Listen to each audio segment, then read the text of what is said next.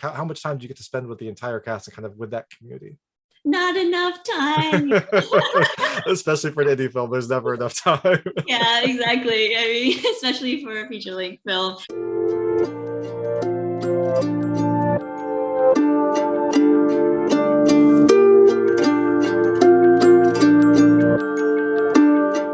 Hey everyone, this is David Stark from Watcher Pass. Today I'm talking to Celia Au and Amy Chang of In a New York Minute, which is coming to digital on May 3rd, 2022. I'm going to talk to them right now. And while you're watching, if you can like and subscribe to this channel, that would be fantastic. Helps out a lot. Thank you.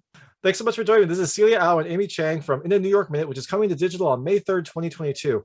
It is an interesting, beautiful film that deals with three Asian American women's stories that kind of all intertwine and all meet in very strange ways. It's like real and dramatic and also very Asian, but applicable to a lot of people. So thank you so much for joining me. Thank you for having us. Of course. And I'm gonna just ask the questions. I'll generally just throw them out. So whoever feels like, I don't know, called to answer, feel free to. The first question is, this is such a, I don't know, an interesting project with such a great cast. How did you both get involved? Had you worked with anyone on this film before, or was this just something that kind of like came across your desk and like, yes, I want to tell this story? I mean, I know actually Liu Yi, who's in the second storyline. Amy and I are friends prior to this film. So when we all got it on set, we were like, oh, hey, what's up? And Amy's like, oh my God, you're so girly, Celia. Like, who is this character? So how I got this film, me particularly, is I know one of the producers that was on the film, and he brought it to my attention that there's this film casting, and then I sent a self-tape in. And then after that, Mandy, our director, brought me in for a callback with a couple of different guys. So we went through a bunch of like rotations, and I remember when the first thing that Mandy told me was, she's like, oh my God, you were like really girly and great in the tape, but you walk in like, hey, what's up, everybody? And she's like, let's bring it back down to the girly part of Celia.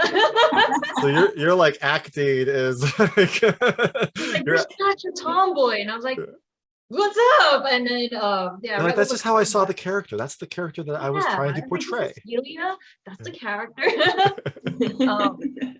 And then like one of the last pairing I had was with Yang, who ends up playing my mom. And Yang is also someone that I've known for quite a long time. When I think she's one of the first friends I've had in the industry. And when she showed up, and she's like, oh, it's you, Celia. And so we got up on each other's faces on like, it was the scene that like they were confronting each other in the restaurant. And then Mandy goes, oh, this is really intense. You guys are doing great. And she goes, do you guys know each other? And we're like, yes. She's like, okay, because I already see the chemistry. I was like, I don't think I'll get up to a stranger's face like this if I don't know them. You're like, no, this is just me. I method act. I just get right in the right out there. Yeah, so that's my progress of how I got the film. Amy? Yeah, that's awesome. I had a little bit of a different journey. I actually saw the breakdowns on Actors Access, which is a site that a lot of actors use to find castings.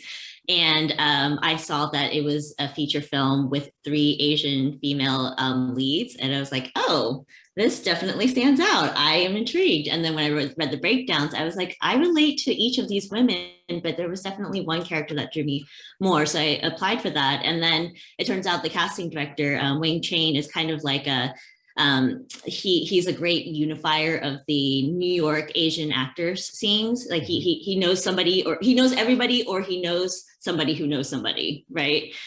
So kind of going back to what Celia was saying, it was really great once, being cast was amazing, but then also getting on set and seeing so many familiar faces definitely created like a strong sense of community, which was really nice.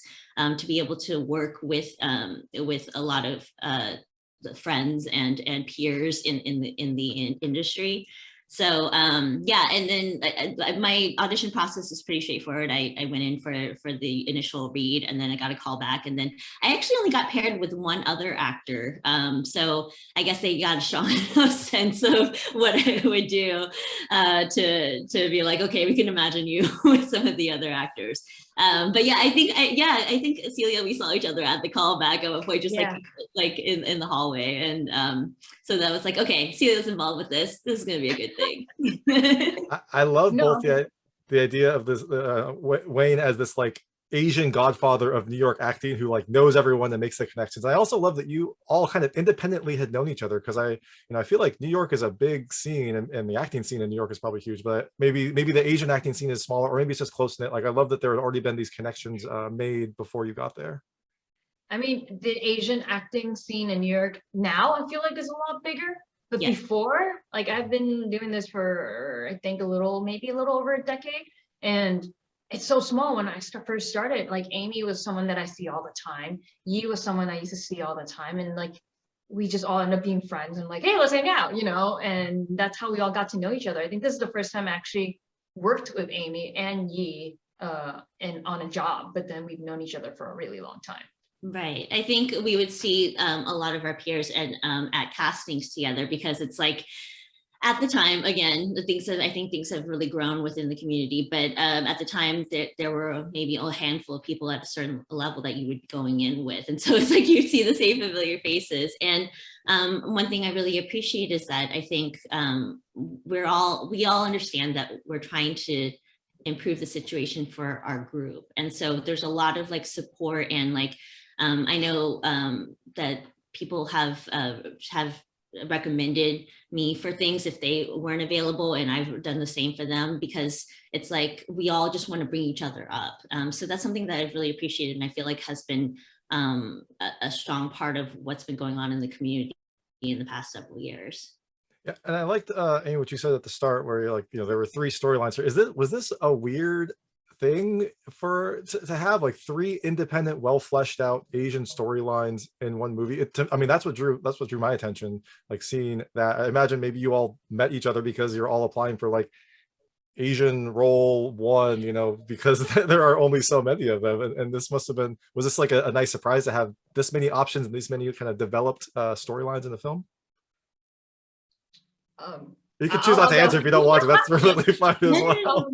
I just like personally, when I read the script, I thought it was great to have like, I love stories like New York, I Love You. There's multiple films throughout history where like there's multiple storylines and everyone kind of connects to each other, like New Year's Eve and stuff like that. Mm-hmm. There's ever barely anything with an Asian American story. And I find like that kind of stood out to me. And usually they cut through these stories pretty quickly.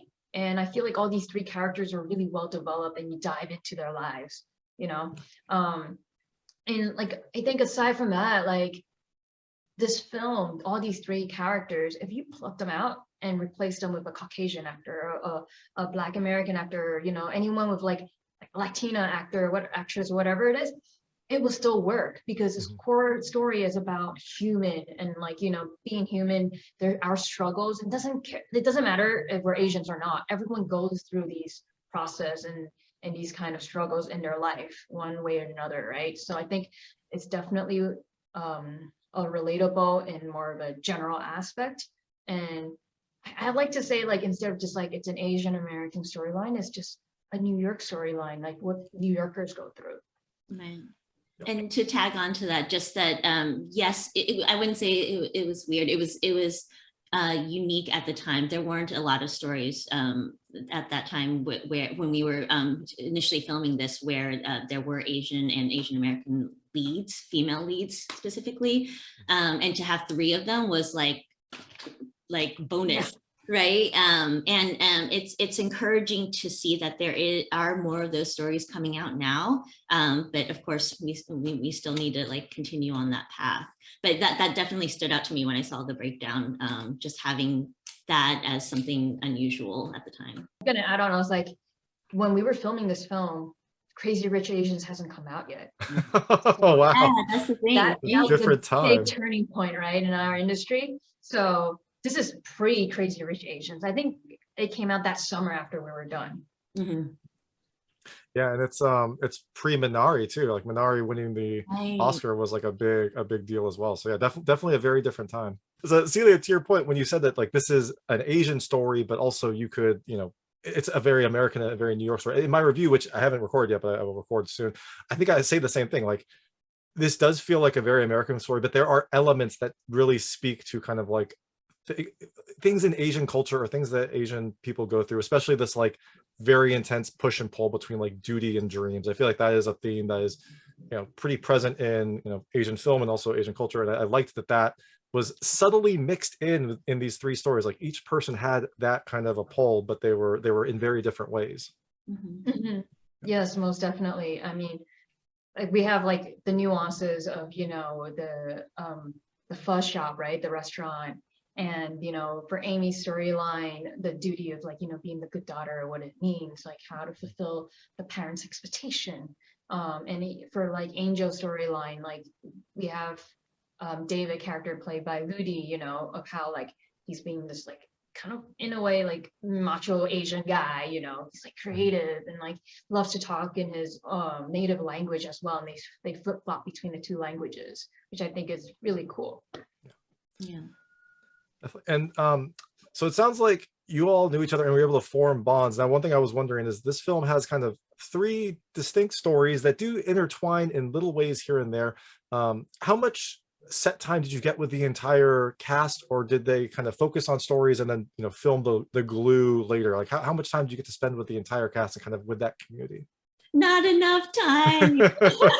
Especially for an indie film, there's never enough time. Yeah, exactly. I mean, especially for a feature-length film, and because there were three different storylines, we ended up. I think most of the shoot dates were in segments and chunks. Celia, correct me if I'm misremembering, but so that we would the production would focus on one storyline and then some of the overlapping scenes, and then move on to the next one for the most part. So there were only a couple of days where we had overlapping characters involved, and then I'm trying to remember how, like, if there was like 1 or 2 days where it was all of us. I don't think so. Like, well, there's not with the boys, but with the girls for with the sure. girls. There was the scene at the restaurant where like you were doing an interview, and Yee's coming in to That's like right. shoot her segment, and I'm like walking out. And what other parts? I feel like, the parts I've seen, like when Amy was visiting her mom at the hospital, I was there to get a pregnancy test. Like that, all like we were intersecting work days wise, but we weren't in each other's scenes besides, I think, the pho shop. Right. Yeah, I think there's one scene where Amy and Angel, who's played by Yi Liu, cross each other's paths at Amy's office, for instance. But yeah, again, it's very temporary passing. And then I think Nina's the only one that went through all the boys. I worked with all three of the boys. That's an interesting way to say that. Crazy. Crazy. We understand. No, but I did love how like subtly the story interacted, because I mean I think I'm on my third watch of it and I'm still finding like, oh, that was that scene there. Like I'm still finding the connections because they're not like in your face. It's very kind of like, oh, it's almost like a play where you'll have like one scene from one side and then later you'll see the scene from the other side and you'll kind of, oh, like those are those scenes together. It's really kind of fun to see those connections develop. Yeah, there's some really beautiful moments in there that are like, it definitely warrants a second viewing. Especially with I don't want to give the ending away, but especially with some reveals at the end where we definitely had audience members at like some of the film festivals be like, whoa, what? I gotta watch the movie again. See how we missed that. So yeah, it's nice to hear that you're on your third viewing. David, on your third viewing, have you noticed the cinematography change in each storyline? Mm-hmm. You know what? I'll have to do a fourth viewing. I didn't notice that specifically. So there we go. One of the main thing that I thought was so cool about this film behind the scenes is most of the department heads are female. Like our costume designer Lisa is female, our cinematographer, set designer, makeup artist, they're all like female-based crew. And Mego, who's apparently everyone's like on-set secret crush. Not so secret. secret crush. She's so good and fascinating. Like she was describing to me like how each storyline has a different way of handling the camera because we want to look through how their lives are like. Like for Amy's part, should I make you watch it the first time? Should I tell you what's happening? Well, you know what? Why don't you give it to the viewers and I'll just plug my ears. And so for Amy's storyline, everything was mostly on sticks, which is on a tripod because her life is more steady. Right. And then for Amy, everything was on the Steadicam. Her lights kind of moves through. And on Nina's story of time, everything was on handheld. It was more chaotic in her lifestyle, which I thought that was so smart and brilliant. And just her way of filming, she's like, give me the camera, let's go. That's awesome. Also, Wow. choice to have different color palettes for each of their storylines too. And the thing is, it's subtle, right? Like I definitely wasn't aware of that, obviously, when we were filming it, but then afterwards seeing it, even if as a viewer you don't know that language, like what you're seeing, I think on a subconscious level, it adds another layer to what your experience is. You know, your brain recognizes that there's something different about each of these, and that just heightens the experience. Yeah, for sure, for sure. And now I will have something to look forward to on my fourth watch. We'll see who I can talk to next. You gotta tweet us and let us know. All right, I will. I will. So these characters did feel very real and kind of grounded and like actual people. Like you can actually see, like there's nothing that's strange about them. They all feel like they're very real, complex characters. Did you all have to do anything specific to prepare? Like I don't know what you know, how you went about creating these characters, but was there anything specific, or were you just like, hey, like this, I'll just play an Asian female who is a foodie, or I'll play an Asian female who's like trying to pursue her dream, but having to kind of do some things that she doesn't love to get there? Amy, you go first. Okay, I was gonna say, well, for me, I felt like I had a lot in common with Amy Chen, other than the name. Yeah, that must have been easy. Yeah. For one thing, so she's an American-born Chinese. She was born in San Francisco. For me personally, I was born in Taiwan, but my family immigrated to the U.S. when I was 4, and I grew up in Kansas initially before moving to Georgia. So as all Asians do, Kansas, the yeah, Asian right. heartland. I mean, that's where everybody goes.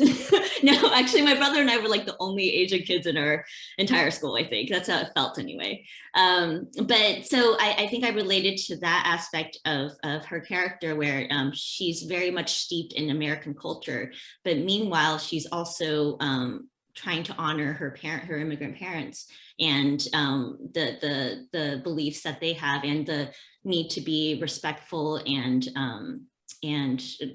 try to make them proud, right? And I've definitely felt that that responsibility on my end as well. And then with her being a food editor, like many actors, I have had experiences in the food industry, and also in catering. And in New York, catering, especially pre-pandemic, had these very large, extravagant fairs with amazing food, amazing cuisine.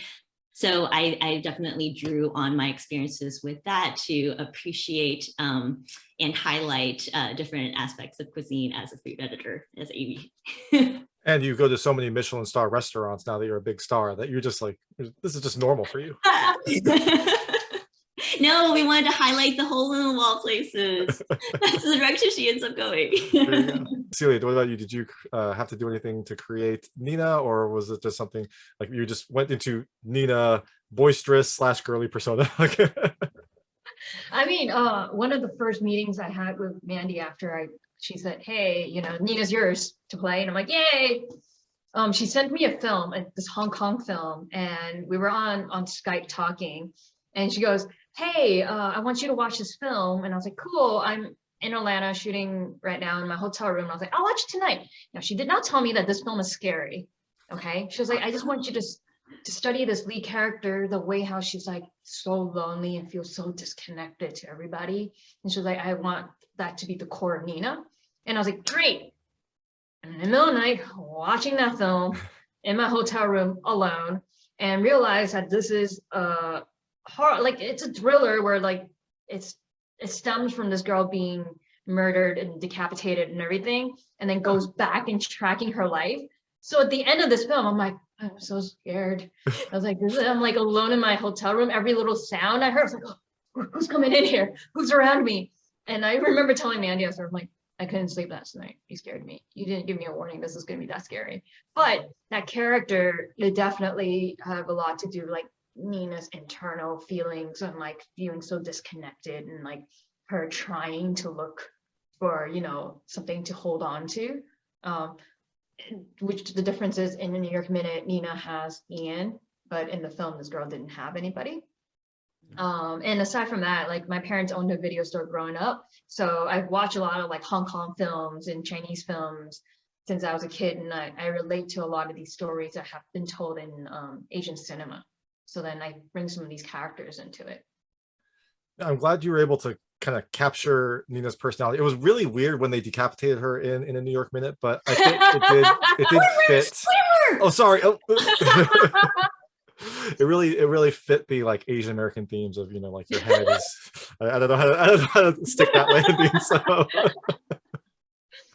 So and so one of the things I was wondering is, you know, that this film does deal with like duty, you know, to like parents or other forces versus like pursuing your dreams. I imagine, this is just a guess, both of your dreams was probably acting, which is not one of the traditional Asian career routes of doctor, lawyer, engineer. So was that something that you had to, like, was there some tension that you had to deal with before you pursued acting, or was that something that your parents were, you know, okay with, maybe as long as you got your degree first, or I don't know what the deal was? Celia, you want to start? Okay, all right, you ready for this, David? I'm So ready. Let's go. originally, I studied law.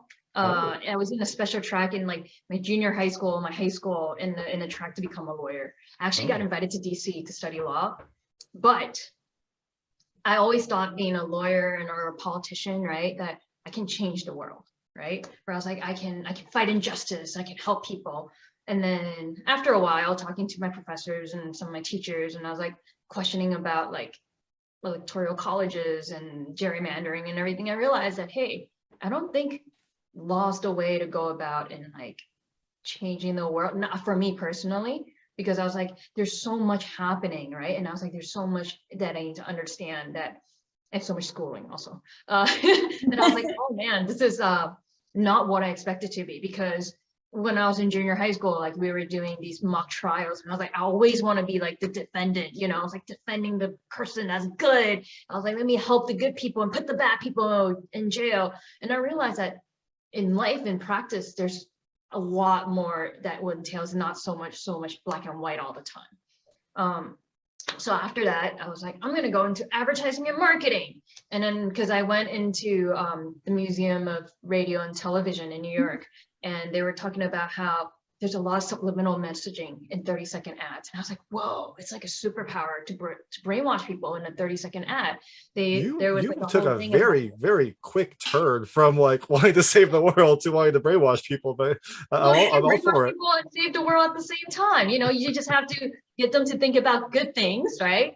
And in the museum, they were saying that how like the Marlboro ads, right, in the 90s, whenever people hear like rumbling of like a lot of footsteps of like horses' footsteps, you think about cowboy, cool cowboy and Marlboro and cigarettes. And I was like, oh, that's so true. And they're like, because the jingle and everything is now subliminally like instill in you that it automatically goes to Marlboro. And I was like, oh, so I can maybe make 30-second ads has positive notes and positive inspiration, where then people just think, oh, let's help people, let's be nice to one another, have empathy. And then I was like, oh, 30-second ads. And then I was like, I want to be a creative director. I worked as a graphic designer for a couple of years as I was starting out as an actor. And I was like, there's so much levels, and then you have to answer to our brands, there's so much you have to do. Then I realized, like, wait, acting, storytelling, like, tell me, have you ever been influenced by a movie or by a character that you've seen growing up? Like for me, you know, we were saying that there's not a lot of role models in Asian American or just Asian American in general when we were growing up. I remember Trinity from the Power Rangers, the Yellow Ranger. And I was like, she's such a badass. And I was like, as a kid, I look up to her because I was like, yeah, like, you know, I can kick your butt and stuff, you know, don't mess with me. Look at Trinity. So I was like, well, if Trinity as a Power Ranger who fights monsters and everything can influence me that much, as an actor, you can play characters and then like create stories. And as a storyteller, you can change so much in people's perspective of one another. And like I said in another interview before, I was like, we definitely need more understanding, love, and empathy in the world. So hopefully we can accomplish that in our careers.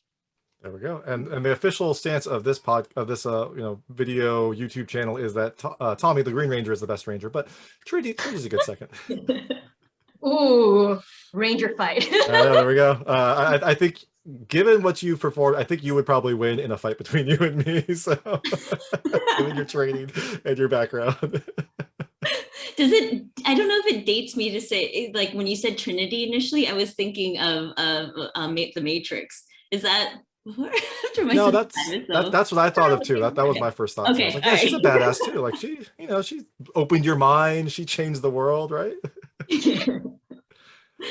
Amy, what about you? Are you I mean, you're like a second generation, so maybe your parents were more understanding, or maybe less. Maybe they're like, hey, no, we came here. Like you are going to become a lawyer, doctor, engineer, one of those.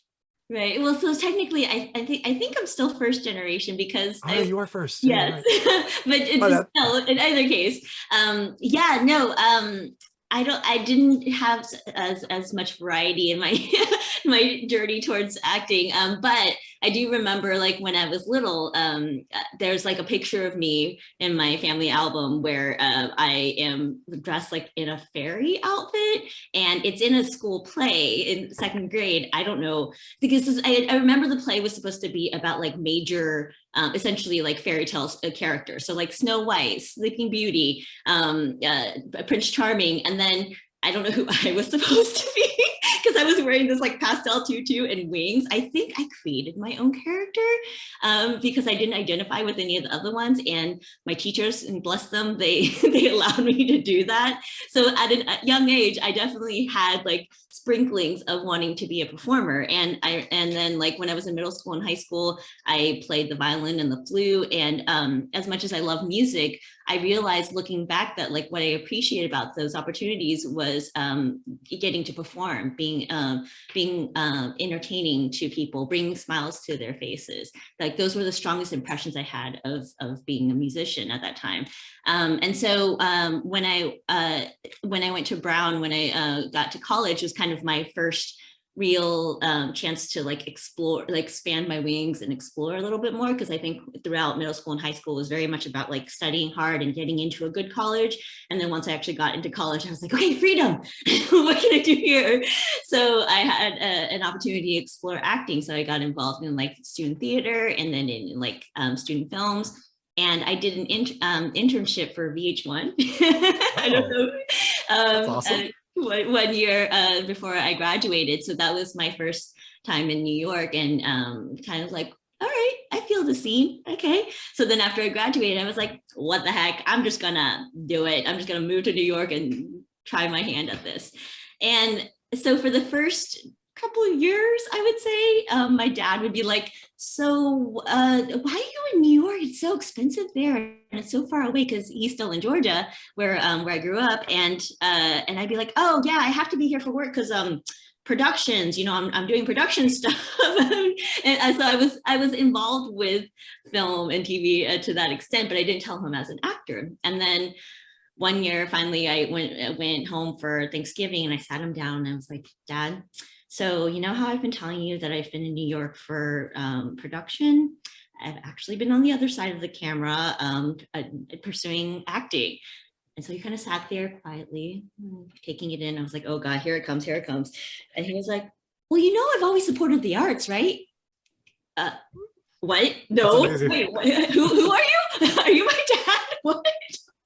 Because so much of my childhood, my parents had been like, you need to choose something responsible, because they wanted their kids to be financially stable, because for them that translated into success, into a happy life, right? I think that's true for a lot of immigrant families. And so in my case, it was a total surprise that my dad was like, oh yeah, good for you. Okay, well, keep going. So it's been really nice since then to be able to like share my trials and tribulations, but also successes with my dad, and have him kind of enjoy the process with me. And yeah, be surprisingly proud, which I wasn't expecting. I just love this idea that the movies were coming out and it's like, who's this Amy Chang? It's like, oh well, that's a very common name. Like, it could be any Amy Chang. Like, who knows, right? There's a doctor somewhere. There really are. Cool. So I know we have limited time. I like to switch. I call it the lightning round. They're just very lightweight questions about the film. I want to see how your experiences personally map to things that happen in the film. You can feel free not to answer any of them. I will not be offended, but I try to keep them very answerable. The first question is, have you ever lost your passion for something? Yes. It's not actually that lightweight. Yes. Like I was telling you earlier, I was really passionate about law and policy, and then I lost it completely. So yes. There we go. I guess I could say for violin and flute, I still enjoyed them, but I wouldn't say I was passionate about them. There we go. Both good answers. Have your parents ever set you up with someone to try to help you meet someone? No. I would have to say ditto no on that. Although my dad has threatened to try to set up my brother with someone. He's been like, maybe I can call some of my old college friends, see if they have kids or daughters who would be interested. Yeah, my brother doesn't know that. Well, there you go. Now he'll find out. Sorry. So the film centers around like a hole-in-the-wall pho restaurant. Do you have a hole-in-the-wall restaurant that you like to go to that serves a food that you really like? Oh my God, yes, plenty, depending on which borough in New York City, and I'll tell you which place to go to. Like Brooklyn, there's a sushi place that's a hole-in-the-wall that I love. In Manhattan, there's all these like hole-in-the-wall like Chinese barbecue places. I love them, right? And like places that I grew up going, and everyone's like, oh, this is the old school place, it's been here for 50 years. It's been here for like ever since Chinatown was here. And then Queens, there's more like little like tiny little spots that open up, and not necessarily places you can sit down and eat, but by takeout. Oh yeah, I just got hungry. Thanks. Sorry. Well, you're in New York. You can go to a hole-in-the-wall place, as you go to your next appointment. So it'll be perfect. I wouldn't know about like necessarily hole-in-the-wall places, but I'm vegetarian, and so it's always I'm always super excited when we find new vegetarian places. And there's like a whole chain of them. I wish I could remember the name of the company. It's something hospitality, but they have all of these amazing vegetarian, vegan restaurants that have opened up like around St. Mark's. So I'm always excited about those because like New York just has so many amazing cuisines, and it's nice to be able to like also be able to go to places that are like strictly vegetarian. So I have to be like, okay, is there gonna be something on there that I could eat? Yeah, but you have to like worry about cross-contamination. You're like, well, it'd be vegetables all like sauteed together with it. Yeah. Usually it's like if there's chicken broth, for instance, but it's suspension of disbelief, I guess. It's kind of something the way I have to go. Next question is, do you like pho? Yes. Of course. Is that a question? Yeah. Someone out there probably doesn't. I don't know who they are, and I don't want to associate with them, but someone probably doesn't. This is fantastic. Yes. Pho is phenomenal. This one might be a little bit more polarizing. Do you like sea eel? Oh, okay. This depends. I grew up because my brother loves there's two different types of eel, and I keep on forgetting which type is which. Mm-hmm. But eel on sushi, I love. There's this other type of eel that they do it in like a clay pot, like a very Chinese style one. That's like my brother's favorite thing, and that I don't know why it's not my favorite thing at all by far. And no, so it depends on which eel you're talking about. Is that the one that's in the film too? Because doesn't Angel make eel at one point after her husband comes back from Japan, and he's like, oh, they made eel, and she's like, oh yeah, there's a Chinese version of that too. I think that was in the film. I think that is, because he says they had eel, they have unagi. I was like, I love unagi, and I'm like, well, I can make the Chinese version of it. So yeah, I was gonna say, so I unfortunately don't eat eel anymore, but when I did, I did love unagi. There you go. This film had, I believe it was Angel, had a very, very short audition. What has your shortest audition been? Oh man. Do you know how like when like an Angel scene they cut her off and before she even starts, she's like, oh, okay, thank you. Mm-hmm. Sometimes you can just feel it in a room. You walk in and you're like, oh, you're not what they're looking for. And then you're just like, oh, it's as painful as it is for you as for them to like watch you and trying to be polite and be like, okay, let them finish. So that it's more, I feel like that feeling of what Angel has, but then we've gone through like auditions for commercial and print modeling. That takes like 2 seconds and you're out. Right, and that's kind of just a standard for those kinds of auditions, I would say. But yeah, I don't know that I've been cut off from an audition before, but I've definitely had the like one take and thank you, like it's like, okay, next. You know what? Yeah, just end the pain for both people right then and there. And you just gotta like dust it off, move on to the next thing, because it's not personal. And that's the thing. It's hard for actors. It's hard for us to remember that, but it really is, especially if you had the opportunity to sit on the other side of it. And you realize, oh yeah, it really is impersonal. They're just trying to fit a certain slot, right? And you either fit or you don't. Yeah, we didn't at this point had to talk about Dead Eyes for like 5 minutes because we both listened to that podcast. So I don't know if you've listened to that podcast. It's really phenomenal. Oh no, really? Dead Eyes? Okay. Add that to your. I will add a Hong Kong horror movie about decapitation to my watch list and rewatch this fourth time. You both add Dead Eyes to your list to listen to. Noted. Do you have to be drunk to do karaoke? No. What? You know how many Asian karaoke places you can go to and people are just drinking green tea? Mm-hmm. It's not always alcohol. No. I have had karaoke where I just drank water and green tea and then honey lemon tea because you start losing your voice and you're in your corner for 5 seconds and you continue going. I will say I don't have to be drunk to do karaoke. It helps. It helps to loosen the vocal cords for me. So, but encourage, right? Yes, exactly. And I'm just going to warn you, I have 2 minutes left on my Zoom interview. So if it cuts off, it's not because I'm being rude, it's because the Zoom interview is over. But I just have one more question. So that this hopefully will work out well.